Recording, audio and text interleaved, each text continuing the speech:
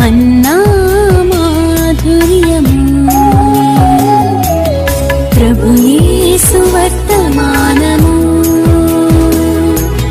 వినుమా ప్రియనేస్తమా విని నీవు ప్రభుని విశ్వసించుమా వినుమా ప్రియనేస్తమా విని నీవు ప్రభుని విశ్వసించుమా.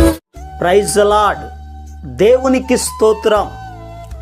అనుదిన మన్నా అనే ఈ ఆధ్యాత్మిక కార్యక్రమాన్ని వీక్షిస్తున్న ప్రియ సోదరి సోదరులారా, మన ప్రభువును రక్షకుడునైన యేసు క్రీస్తు అతి శ్రేష్టమైన నామములో మీ అందరికీ శుభాలు వందనాలు తెలియచేయుచున్నాను.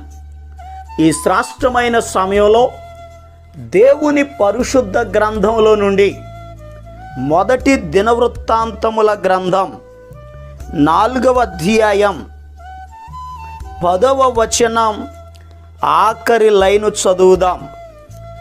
దేవుడు అతడు మనవి చేసిన దానిని అతనికి దయచేసెను.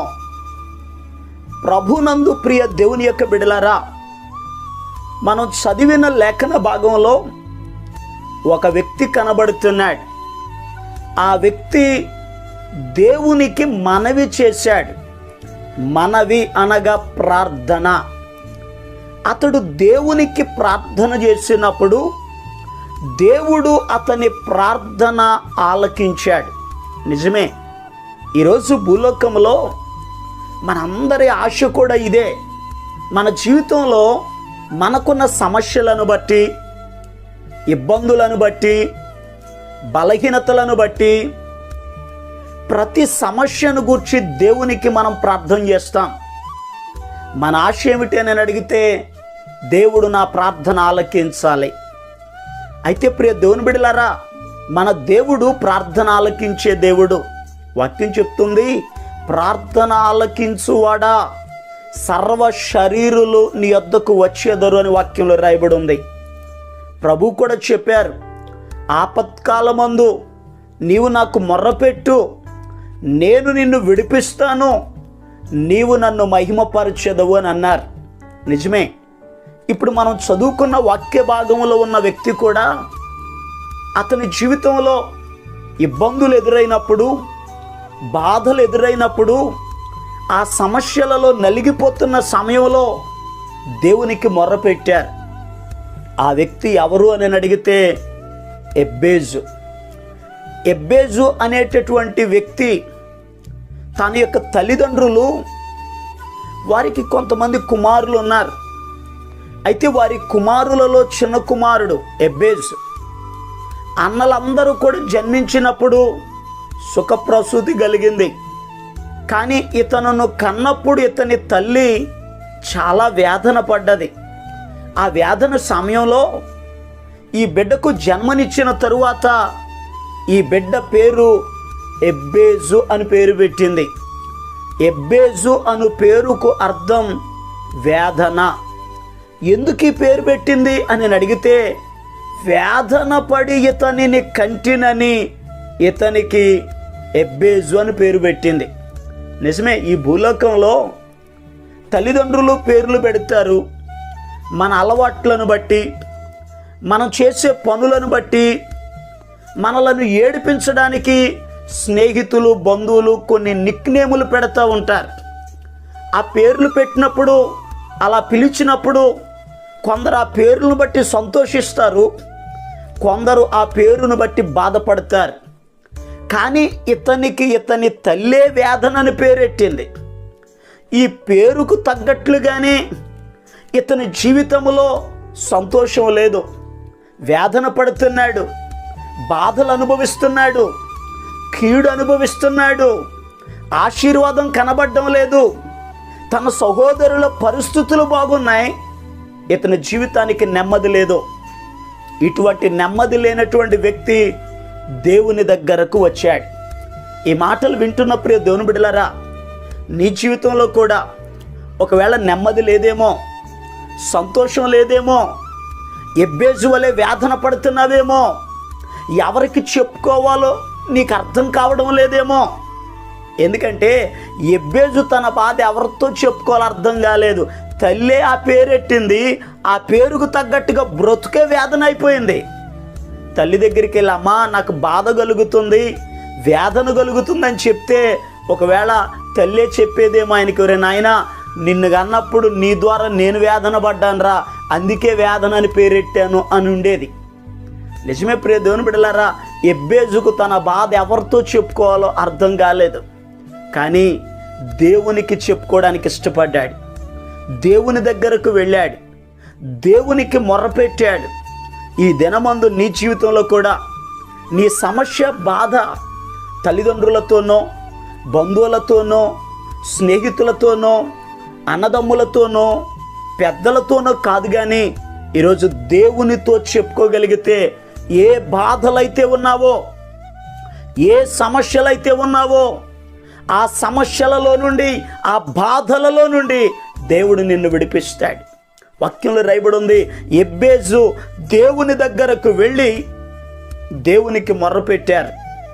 ఆయన చేసిన ప్రార్థనలో 4 అంశాలు కనబడుతున్నాయి.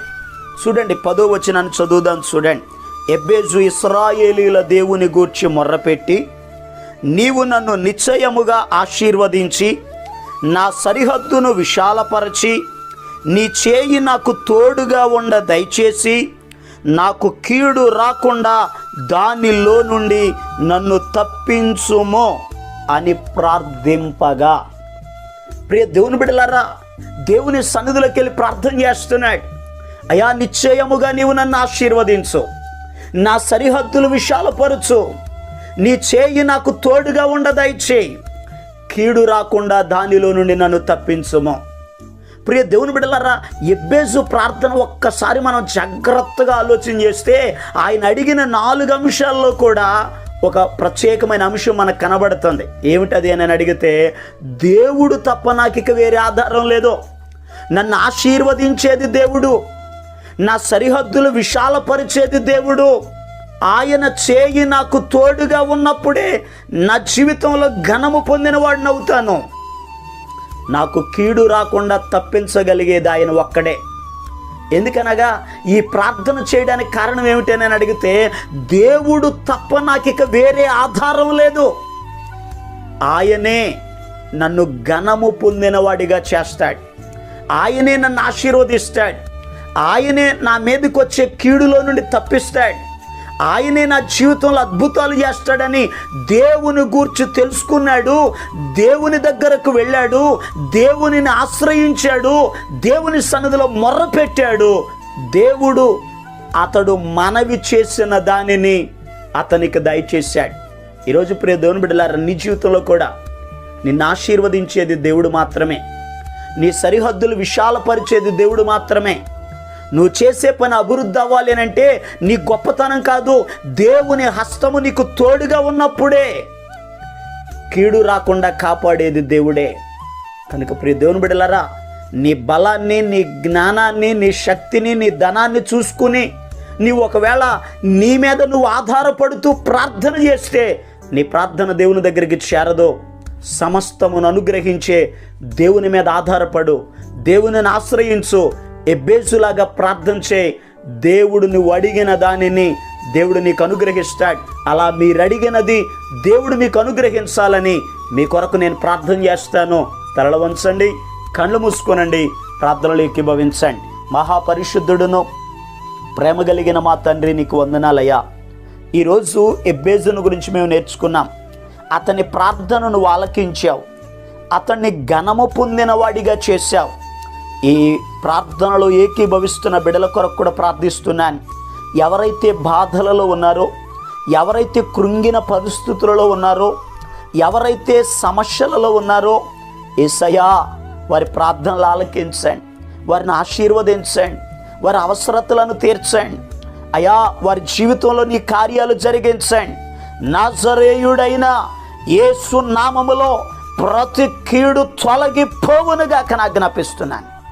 ఈ దినమంతయు నీ బిడ్డల పనులలో, ప్రయాణాలలో నీ సహాయమును మీరు దయచేసి దీవించి ఆశీర్వదించమని యేసు క్రీస్తు అతి పరిశుద్ధమైన నామం పేరట ప్రార్థన చేసి అడిగి పొందుకొని ఉన్నాము తండ్రి, ఆమేన్. మన ప్రభు అయిన యేసు క్రీస్తు కృప మీకు తోడుగా ఉండి నడిపించునుగాక, ఆమేన్. ఈరోజు పుట్టినరోజు మరియు పెళ్లి రోజు జరుపుకుంటున్న వారికి సీసలి మన్నా చర్చి తరపున మా కుటుంబ పక్షముగా మీకు శుభాలు తెలియపరుస్తున్నాం. May God bless you. దేవుడు మీకు తోడుగా ఉండి మిమ్మల్ని ఆశీర్వదించునుగాక. దయచేసి గమనించండి, మీ కొరకును మీ కుటుంబం కొరకును దేవుడు మిమ్మలను అభివృద్ధి పరచాలని నిత్యము మేము ప్రార్థన చేస్తున్నాం. ఏమైనా ప్రార్థన అవసరతలు ఉన్న ఎడల ఈ స్క్రీన్ మీద కనబడుతున్న నెంబర్కి ఫోన్ చేసి తెలియపరచండి. ప్రియ దేవుని బిడ్డలారా, అనుదిన మన్నా అనే ఈ వర్తమానాలు మీ స్నేహితులకు మీ బంధువులకు కూడా షేర్ చేయండి. మన్నా చర్చ్ సీసలి అనే ఈ యూట్యూబ్ ఛానల్ను సబ్స్క్రైబ్ చేయండి. అందరికీ వందనాలు. ప్రార్థనా శక్తి నాకు